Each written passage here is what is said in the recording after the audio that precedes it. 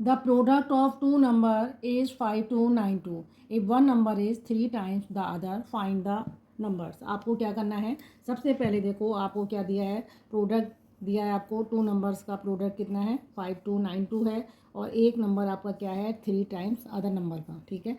आपको number find करने हैं, तो आप क्या करेंगे, सबसे पहले लिखेंगे let the other number be x.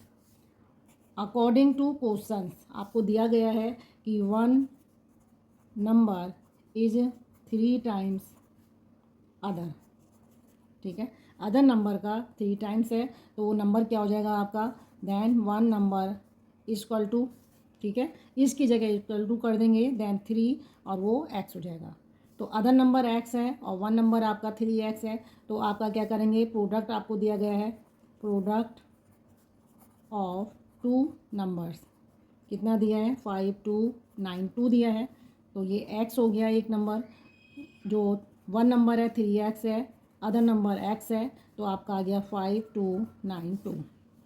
3x² हो जाएगा 5292, x स्क्वायर 5292 डिवाइडेड 3 से आप इसको काटेंगे, ठीक है। तो 3 1 जा 3, देन 2 22 हो गया, 3 7 जा 21 हो गया, देन 3 6 जा 18, 3 4 जा, तो 1764 आया। तो x की वैल्यू जब निकालेंगे आप, तो ये स्क्वायर रूट, यहाँ स्क्वायर से इक्वल के इस तरफ जाने पर क्या हो जाएगा, स्क्वायर रूट हो जाएगा।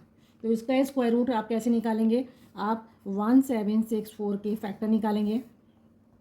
तो इवन नंबर है, 2 8 जा 16, 2 8 जा 16, 2 2 जा, देन 4 4 1, ठीक है। फिर आप ये 3 से करेंगे, 3 1 जा 3 और 3 4 जा 3, 7 जा 21, देन 3 से करेंगे, 3 4 जा 3 9 जा 49 का मुझे पता है 7 से होता है, ठीक है, ये आ गया।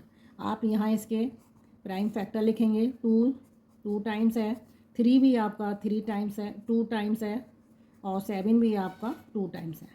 इनकी पेयरिंग करेंगे, एक एक नंबर बाहर आ जाएगा, देन 7, तो आपका आ जाएगा 2 × 21, ये आ गया 42।